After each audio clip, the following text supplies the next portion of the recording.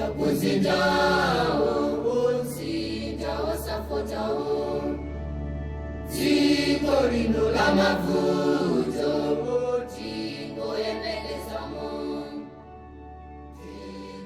talk about francophony, which is very similar to the Commonwealth, isn't it?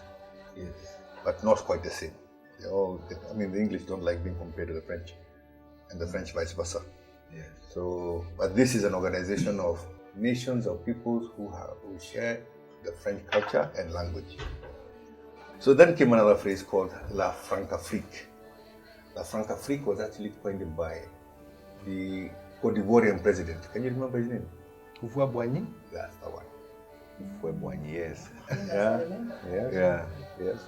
I didn't rule for very long time. Very long time. About 30 years or something like that. Exactly. Yeah. He was elephant. He was known as the elephant. The elephant. And he's actually the one who coined the phrase Francafrique.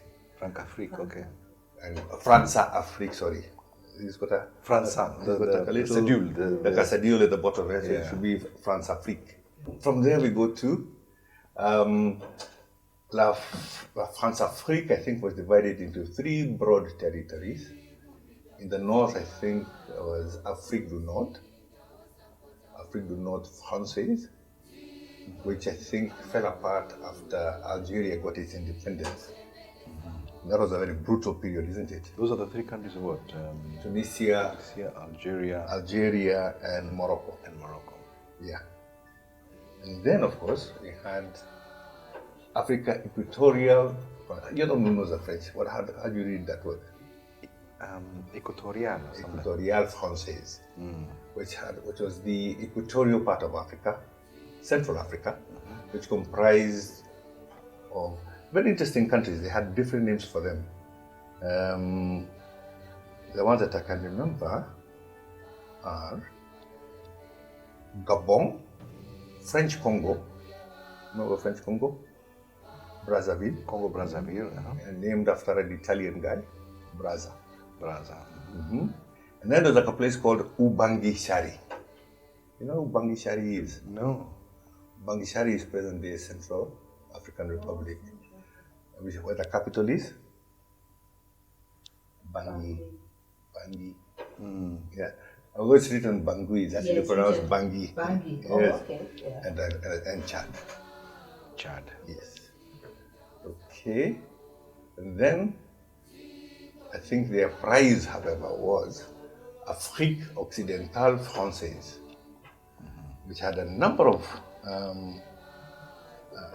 think there were how many? I think there were 7 or 8. There was Mauritania, there was Mali, there was Niger, there was Upper Volta, which then became Dahomey? No, Burkina Faso. Burkina Faso. Dahomey is which one? That was Benin, isn't it? Okay, Benin. Yeah. And then there was Senegal, and then there was Cote d'Ivoire. and then Niger. Niger we already counted. But the one we don't count, of course, is Togo. Why? It was German. Oh, it was German. Yes. Togo was German. But Germany lost all its possessions in Africa after World War I. The League of Nations dished them out. So I think Togo went to France, and Tanganyika went to the British. Southwest Africa went to the British, but the Union of South Africa took over.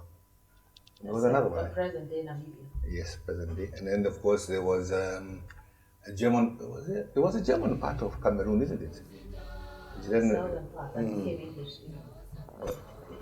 well, I think the English-speaking part was the one that had joined Nigeria, and they had a referendum and they chose to stay. But that is history. I can't remember much. Anyway, there was Afrique Occidentale Française. What I want to do is to move on to ECOWAS. And ECOWAS, I want to look at it in the context of what is happening right now with Niger.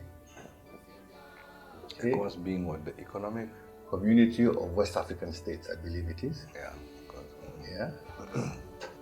ECOWAS is now being mandated to carry out a military campaign because of what has happened in Niger.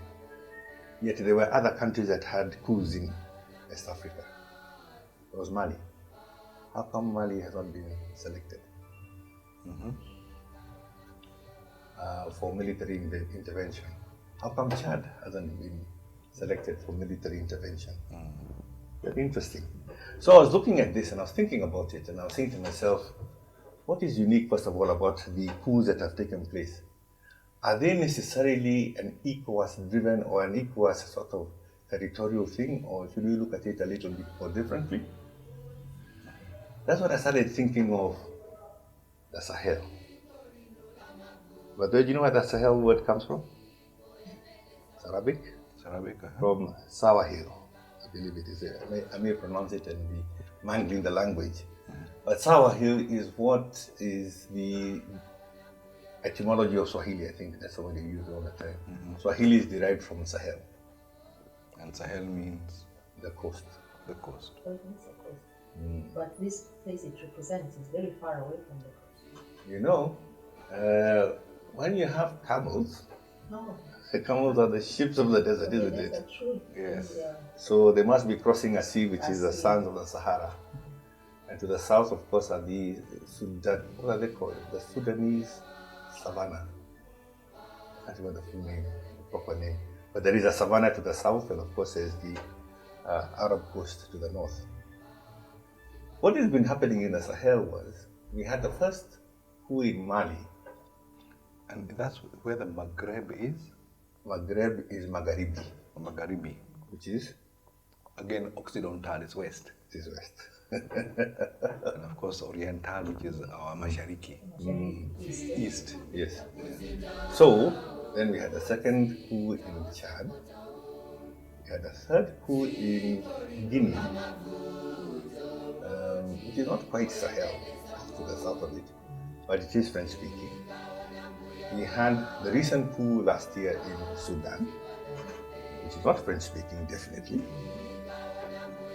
Then we had the coup in Burkina Faso, which was a coup on top of a coup. And then finally we had the coup in Niger. When you look at them, there is a wall, a band that runs across from east to west. Very interesting that. Is that coincidence? I don't believe in coincidences, so there must be something. And also I don't believe in 3D chess. But it is most unusual that you have a line of countries that stretch across south of, well, through the Sahara, through the Sahel, creating a wall, a barrier between North Africa and Sub-Saharan Africa. I've not seen anybody make a commentary about that. So that's been quite beguiling for me. So, just some things to think about.